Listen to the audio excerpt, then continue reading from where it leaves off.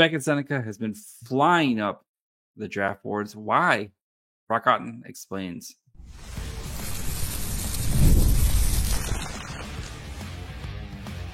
You're Locked On Sharks, your daily podcast on the San Jose Sharks, part of the Locked On Podcast Network, your team every day.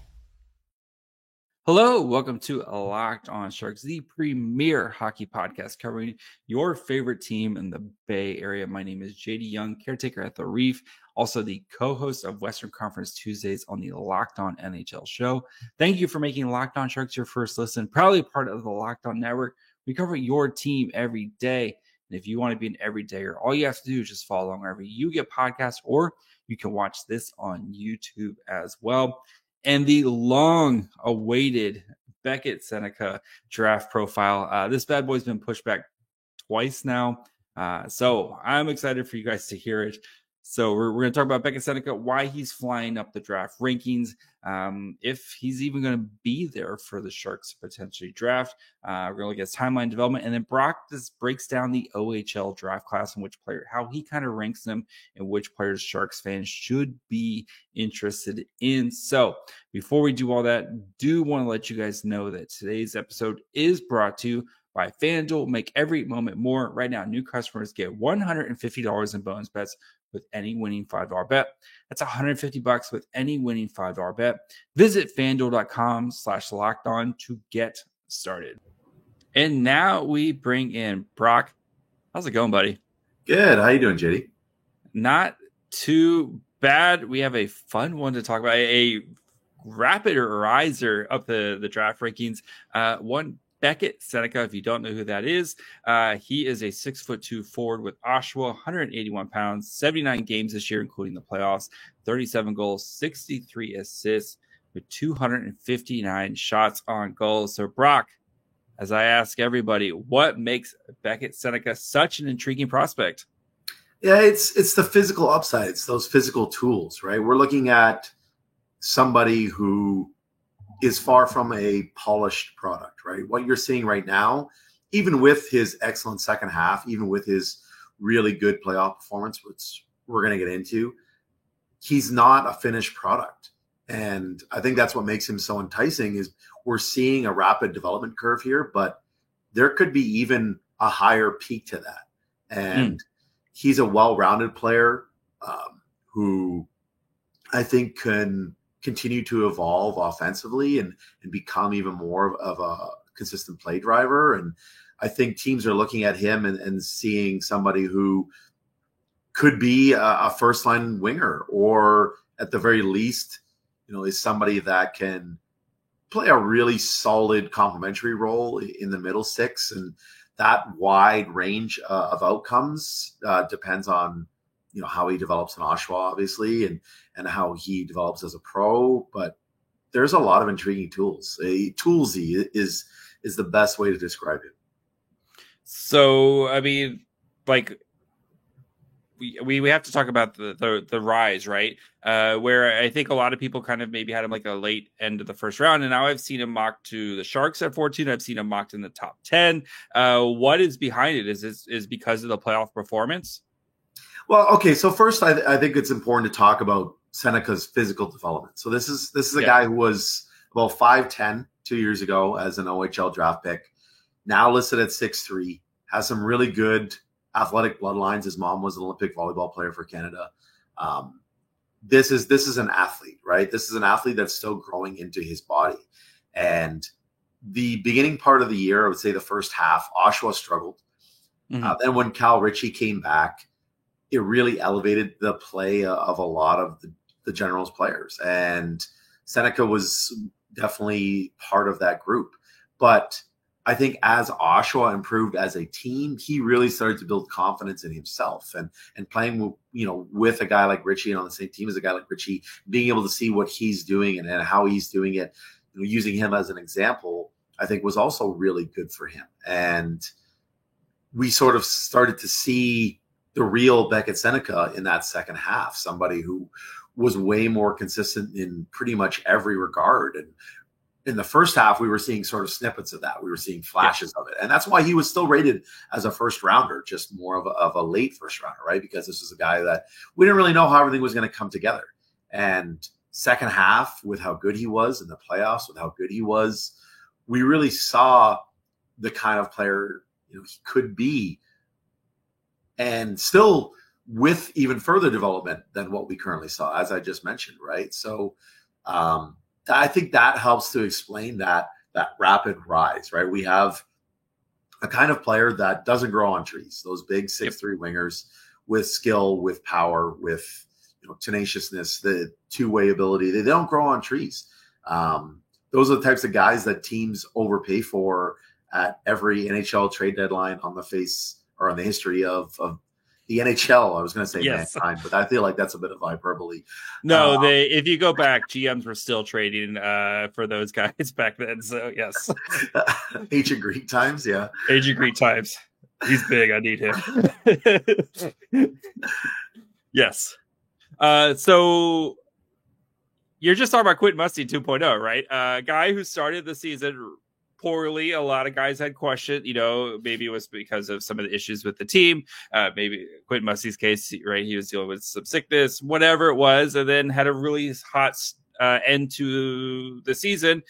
Going into the draft last year, you and I had a conversation about Quentin Musty. I'm not going to bring up Quentin Musty every time you're on the podcast, but this actually makes there's actually a really tangible, you have a guy who's still figuring out his, what he's going to be. Is he just going to come back next year and just dominate the OHL like we saw Quentin Musty do this year? Yeah, I think that's very possible, especially with how good Oshawa should be next year, as long as Callum Ritchie is back and somehow doesn't make the Abs. But I think given his injury issues this year, I think he'll be back in the OHL, and Oshawa is going to be a really tough team in the Eastern Conference. He's going to be a big part of that.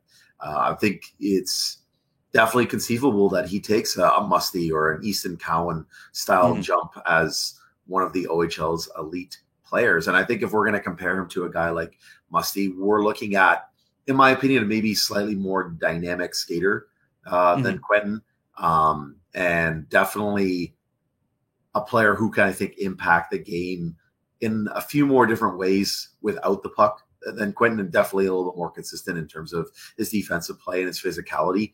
And I think that's why we're seeing him push up draft boards compared to Quentin. I feel like last year had a bit of a cap as to how high he could climb, because we're not going to get into it, but the teams did have some concerns about the consistency of certain aspects of his game where, Seneca was, quite frankly, a beast in almost every regard, especially in the OHL playoffs this year until he got hurt, as you mentioned. Yeah, I mean, watching, I didn't watch a ton of Oshawa. Watching that series against London, right? Of course, watching Kasper Holttunen, and you kind of felt like Oshawa, if they had that one guy that they're kind of missing, where it could have really, instead of being a sweep, we could have been talking about a potential 6-game, 7-game series because of just how important Seneca is to Oshawa. And going back next year was supposed to be another really good team. We might see a potential repeat. They might play again next year between London and because we expect London is just going to continually be good until London is not good. So yeah, 100%. Honestly, at this point, Oshawa has to be considered the favorite in the East next year, in my opinion. All right, before we continue with Brock, where we talk about Beckett Seneca's timeline and development, and then we talk more about the OHL part of the 2024 NHL draft, just need to take a quick break. Winner take all time in the NBA and NHL, and FanDuel is giving you a shot to bring home a big win of your own. Right now, new customers get $150 in bonus bets with any winning $5 bet. Whether you're Vamos Gatos, you think the Rangers are going to continue, whether you got the Dallas Stars and Joe Pavelski pulling out a big win, or you're an oil man. Right now, new customers get $150 to bet on spreads, money lines, player props, and more with any winning $5 bet. Visit FanDuel.com/lockedon and make every playoff shot count. FanDuel, America's #1 sportsbook.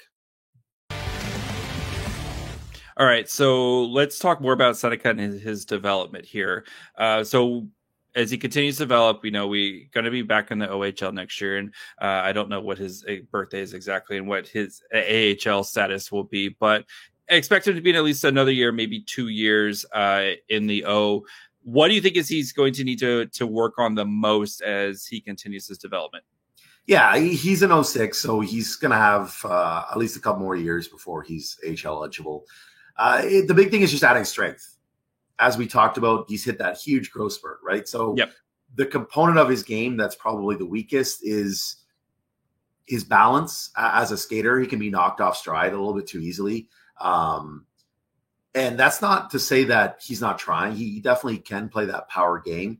But just right now, for the type of style that he wants to play, you can tell he's just not strong enough to play it consistently. And filling out that 6'3" frame, getting close to that 200-pound mark, has got to be the goal in the next 2 years before he turns pro. And I think he's somebody that NHL teams are going to be patient with because they want him to fully dominate the OHL before he takes that next step. And whether that means he needs AHL time, I mean, that's too hard to predict at this point because he is, like I said, he is a toolsy guy that we need to see how all that comes together from a consistency standpoint.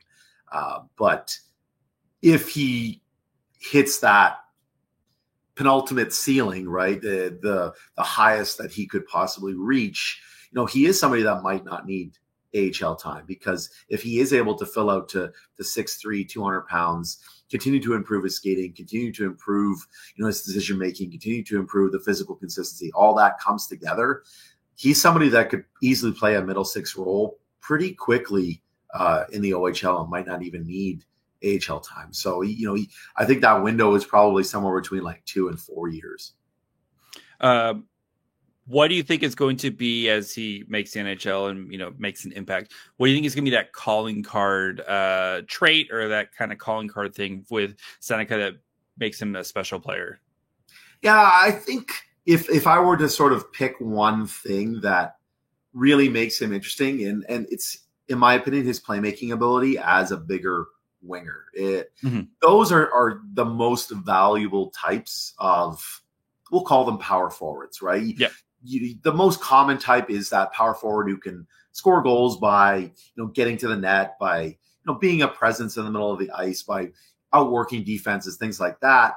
But the ones that are truly elite are the guys that excel as playmakers and can make their line mates better, not just be somebody who rides the coattails of more skilled players.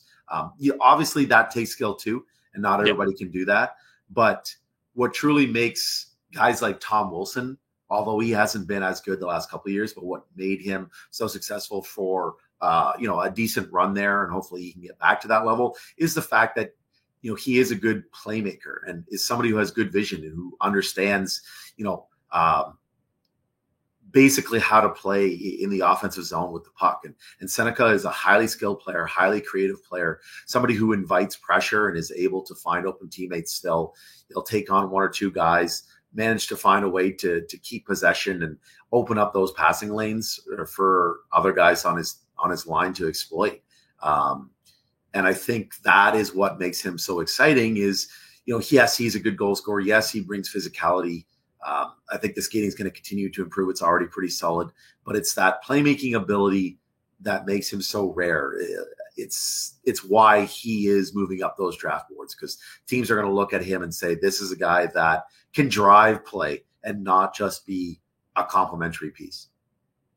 Yeah, I mean, that makes sense, right? I for when you're talking about it, I'm just picturing like in basketball, the guy who not only can he just drive to the net, he can drive to the net, find contact, and then he finds the wide open teammate for the easy three. Like that's exactly, you want those guys who can kind of build upon their games. And again, right, you want to find guys who can make their line mates easy or make life easier for their line mates. And sounds like Seneca is a potential guy that can do all that type of stuff. So in this draft class, right, where we know it's Celebrity one. I mean, the Sharks have all but said we're picking, actually, even like in their social media, they're already like talking a lot about Macklin Celebrity, but in this kind of muddy draft class, like, would you be surprised if Seneca maybe sneaks up to like number 7, number 8 in this as a potential top 10 pick? No, not at all. Honestly, it wouldn't shock me at all if he's a top 7 or 8 pick. I think teams really, really like him. That's the feedback that I've gotten. That's the feedback that I've read other people saying. There's a reason why he's rising so quickly up public boards, and that's because they're sort of mimicking what is being said about him behind the scenes. And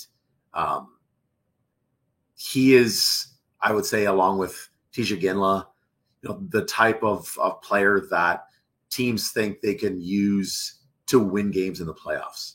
Yep.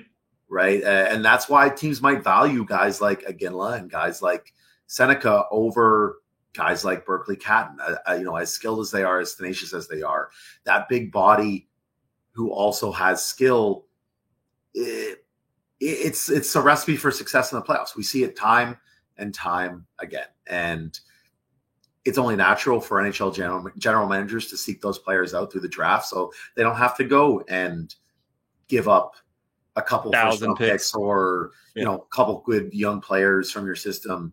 It's something that you can develop yourself, and that's the end goal. And we saw that with why Juraj Slafkovsky went number 1 overall, right? Because those guys are unicorns in today's NHL, and NHL general managers want them. And I would honestly place money on Seneca being a top 10 pick at this point. I really would. That's intriguing, because you've seen, everybody like, okay, I can see the Sharks, maybe it's kind of like late teens, and then I see the Sharks and as a potential fit at number 14, and now you're seeing more and more guys as that top 10, and especially watching the playoffs. You see, again, I'm not trying to compare him to Matthew Tkachuk, but you see a guy like Matthew Tkachuk who's a tenacious, kind of that very skilled, plays a very physical, mean, kind of gritty game at times. The whole Tkachuk family does, but that type of player, you can see why they're so intriguing and why guys rally around him, because they're just different dudes, and I totally see it with a guy like Seneca, where we're on draft night, where we're talking about oh my gosh, could you see Utah at 6 picking a guy like him to be, to bring in, and then you pair him with some of the other guys. That it makes a lot of sense, especially with these teams, or maybe a team like Utah who is getting close to breaking through, and then you add a guy like Seneca who, yes, a couple more years in the O, but once he hits the NHL, he should be ready to kind of go, right? Yeah, he's the type of guy that could fit in any organization. When you're drafting in the top 10, you're not looking necessarily at need, unless you're breaking an absolute dead heat and you're saying, what is it that we need most in our organization? What is it that's going to help us take that next step? Maybe then you start to look at positional need as a tiebreaker. But if you're in that top 10, top 12, you're just simply you just want good players. That's right. You're taking the player that you think can make the biggest impact. And like I said, I think teams are going to look at Seneca and say, this is somebody who we think can make the biggest impact down the line for us. Yeah, I know. I have a lot of Sharks fans who are defenseman at number 14, no matter what. The Sharks need a defenseman at number 14. And I'm like, yes, they need a defenseman at number 14, but there's still going to be a lot of good players there, and the Sharks are going to have an interesting decision when it comes to 14. And if they have that pick, if they move up, whatever they do with that pick, they have all the flexibility in the world. But it's going to be interesting to see who they go there. So, all right, guys, before we continue with Brock, we talked about the OHL class that's going into the NHL draft. He kind of stacks them up, which guys the Sharks fans should get to know a little bit more. Just need to take a quick break.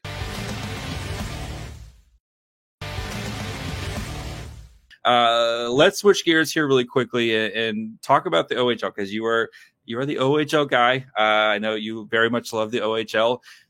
So let's kind of talk about these potential first round guys. So, we have guys like Seneca, Sam Dickinson, you have, I know, Zane Parekh. Who do you think is going to be the first pick from the OHL when it comes to the NHL draft? I think it's going to be Dickinson. I know I've sort of seen Parekh and Seneca in that range. But I think it'll be Dickinson and then Seneca and then Parekh. That would be my prediction on the order. obviously it could go any which way because these guys are all very closely ranked together at this point. But I think Dickinson probably goes in the top 5. I think he's probably like the least, I don't know, I hate using this term to describe prospects, but I think it's apt here, the least sexy of the guys that are available in that range, right? You've got your Salayev, who's just physical beast, right? You've got Lev Shunov and Perek and Zebuyam, who are just extremely skilled. All three of them do have some projection issues defensively. Lev Shunov obviously has the physical tools, but does he have the brain? Perek doesn't have the physical tools. Does he have the physical intensity? Buyam, does he have the frame to do it? I think everybody has been impressed with what he's been able to do this year. Carter Yakimchuk is up there. But with Dickinson, you've got a guy who's just so solid. I just don't see a world where he doesn't become a 20-minute a night guy in all situations. Maybe he's not a play driver offensively like he is with London. Maybe that component of his game, never quite develops and he settles in as like a solid number 3 or 4, like a Darnell Nurse or a Brady Shea or somebody on that sort of side of things. But, on the flip side, maybe he ends up as an Alex Pietrangelo, Noah Dobson type, right? I think that the floor is still so high for him that a team is going to sit in that sort of like top 5-6 range is going to say like, look, this is a guy that is definitely going to be a top 4 defenseman for us. It can play in the modern day game and be a good playoff performer and just be a reliable cornerstone of our defense. The other guys have a little bit of inherent risk, and I just don't think Dickinson does. And I think that's why, he'll be the first one off the board. But, I did say earlier that I think Seneca ends up being a top 8 pick. I could honestly see these guys being very, very close, like back to back to back. There is really a world where, Dickinson goes 5th, Seneca goes 6th, Perek goes 7th, or somewhere in that range, 6, 7, 8. Montreal fans throw it a fit if they pick another defenseman. Oh, absolutely, yes. But you know what I'm saying, JD. Yeah. There is a world where these 3 guys could go within 4 picks, in terms of a row there, like maybe a little bit of a gap with one guy in between. Dickinson at 5, and then you go 7, 8, or whatever the order is. Yeah. Obviously Dickinson at 5. Yeah, with Montreal, they might have a fit, but yes. Yeah, Dickinson feels like you're hitting, no matter what, you're getting at least like a solid double. Like you're getting an NHL player who's going to play the worst is he's going to be a second pairing guy who plays a bajillion minutes a night and does he does everything pretty well, but maybe doesn't have that one thing where you're like, okay, this, but you're hitting like a solid double with a chance of it becoming something much better. Some of these other guys who we haven't really got a chance to profile on here, but, guys like Henry Muse, Luke Misa, like some of these other guys who are kind of maybe sitting in the second half of the first round, like how do you kind of look at some of these guys? Yeah, so I'd say the next tier would be Liam Greentree. Jet Luchenko is in there. Obviously, Muse is in there. I'm a little bit lower on him, maybe compared to some of my contemporaries. I know he's sort of a very polarizing guy at this point, depending on who you ask. I'm not sure he's a first round pick, whereas Greentree and Luchenko, I do feel pretty confident in being first rounders at this point.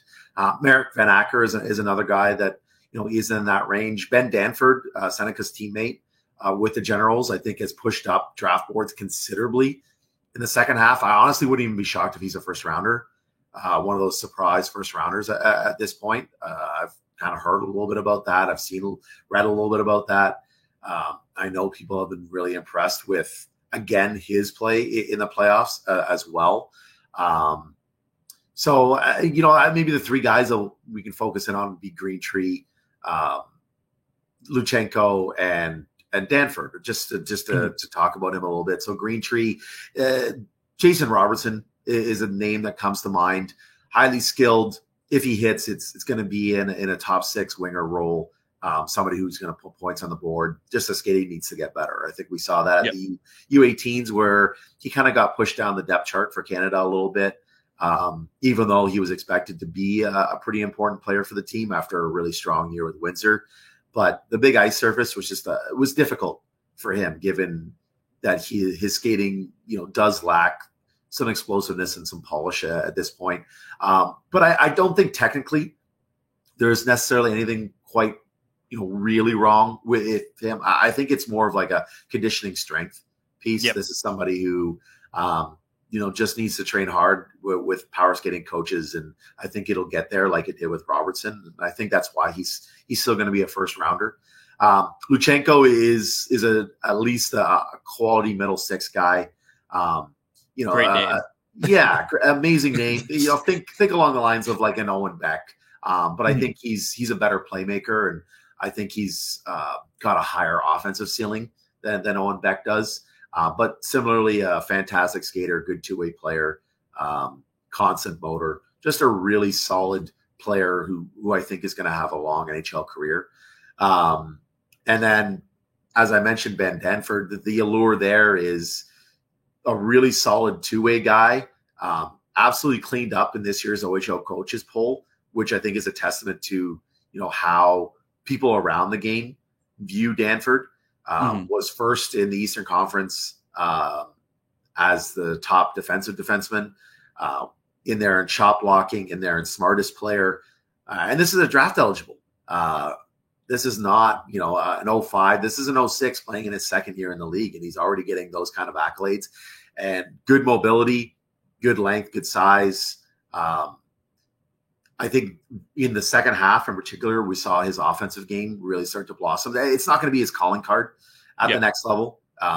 But we all know that to be a really good defensive-oriented defender in the NHL, we're not talking about, your depth guy who plays PK time. We're talking about your top four types, like your Brendan Carlos. Those types still need to score. Junior, right? They still need to be able to move the puck. And Danford really showed, I think, significant growth in the second half in that regard. And I think teams have really taken notice and look at him as a potential solid two-way guy who can be a good second pairing anchor. And I think he could sneak in the back part of that first round. He sounds like a guy who, if you have like maybe a more offensively oriented guy, where he might be the perfect partner, where he can do a little bit offensively, but he's going to kind of maybe cover some of the mistakes of your more offensively gifted defenseman. Does that kind of seem like a good fit for kind of where he would be at? Yeah, I think that's a great way of describing him. Earlier I mentioned a guy like Brady Shea, right? And that's sort of the kind of role that he plays. Yes, he can move the puck a little bit. And yes, he's not devoid of offensive skill, but he knows his role is to be, really solid defensively, be that anchor. And I think teams might look at Danford as that kind of guy. And that's where the allure is. All right. We'll get you out your last two questions. So which guy are we as a draft community? And I hang out with the draft community guys. Which guy is the draft community not talking about enough as we kind of enter the last month of the ramp up here? Yeah, that's a really good question. I hate to say it as like a bit of a cop out, but I feel like I just talked. Back with celebrating. I think if we're just going to focus on just OHL guys, I think it's Ben Danford. Okay, and I just mentioned him. If we're looking outside of the OHL. I think it's EJ Emery. I think that this is the type of guy that the amateur scouting community doesn't appreciate as much as the NHL scouting community. And I think we look at his performance in the second half of the year for the NDTP, including his really strong U18s. And I think teams maybe are reevaluating that offensive ceiling. I said it earlier, but it's not going to be his calling card. But I think teams are looking at him saying, oh, okay, some of those physical tools, we're starting to see some flashes of offensive ability here that maybe can be developed at the NCAA level. And he's a potential Brandon Carlo type. Mobility, size, really improved, I think, his decision-making over the second half of the year. Just really solid, rapid development. And he wouldn't shock me at all if he ends up being like a top 20, top 22 guy at the draft this year. And I don't think enough people are talking about him as a potential first rounder. Yeah, and going to North Dakota State, great program there. 6'3", right-handed defenseman. That's already 185 pounds. You're going to go to college, go play a college game for next couple of years. Like that sounds like a lot of GM's catnip right there. So, all right, we'll get you out of here. Last question. We already kind of spoiled this, but where in the draft does Beckett Seneca go? What pick? I already kind of spoiled it. Jeez, let's see. I can't give you an over/under. I know you always like give me a number. I know. Number. I'm going to say 8. 8. Congrats, Seattle Kraken. And the reason I said 8 is because it's Seattle. Seattle has drafted out of the OHL a lot, and I feel a lot of patience with their picks too. Like look at Shane Wright. Is I would be going crazy if I was a Kraken fan. Like, why isn't Shane Wright in the NHL right now? But it makes a ton of sense with how they develop their guys, and they're going to give him all the rope he needs, and then he's going to show up in the NHL, and he's going to be really good, right? And Seneca is the type of guy that I think can really excel playing in the Pacific. We see how hard it is to play against the top end teams there, and I think they're going to see him as a really solid potential down the line playoff guy, who can battle some of those other really physical teams in that division. All right, Brock, you said it all. Where can the people find you, buddy? Yeah, on Twitter, you can see it there at Brock Otten. We are pretty much finalized our final draft. That was terrible grammar. We have pretty much finalized our last draft list of the year. So our final draft list at McKeen's Hockey. It'll be a top 300 as part of our draft guide. It's pretty much done. Just putting a few extra little finishing touches on it, depending on what the team is voting on. But that one's done. The draft guide will be out by mid-June, probably even earlier than that. My own work you can find at OHL Prospects. My own personal draft rankings for just the OHL will be out very, very soon. That's pretty much it. I assume I'm at 301. Just missed the cut this year as a 20 times over ager. So, but it's fine. Maybe next year, Brock. If you were eligible, man, you would have been in there. You would have at least been like 285. This guy can't skate, but great in the locker room. You can take pucks off the face like Sean William Scott and Goon. Yeah, great in the locker room, does sacrifices, plays a full 20-foot game. That's exactly what we need. Sign this guy up. So thanks so much, buddy. We'll chat again soon. Yeah, thanks, Shitty. All right, guys, hope you enjoyed my conversation with Brock. Thanks to him. Make sure you guys go check out stuff over at McKeen's. I know they got their draft guide coming out here real soon. Draft guide season is the best, but Beckett Seneca, he looks like he may not be there for the Sharks. I wonder if teams are learning from the lessons of Quentin Musty last year, who we all are looking at as, wow, how did he get 226 to the Sharks? As my career is lays awake at night laughing about that, I assume. So that's going to be it for me today. We'll be back tomorrow to look at the 2021 draft class, kind of review their seasons. Plus, we'll talk about the Barracuda goalie situations and kind of review their seasons. So make sure you guys are following wherever you get podcasts. And of course, you can watch on YouTube as well. Follow the show on Twitter, Facebook, and Instagram at Locked On Sharks. You can follow me on Twitter at MyFryhole. Till tomorrow. Bye, friends.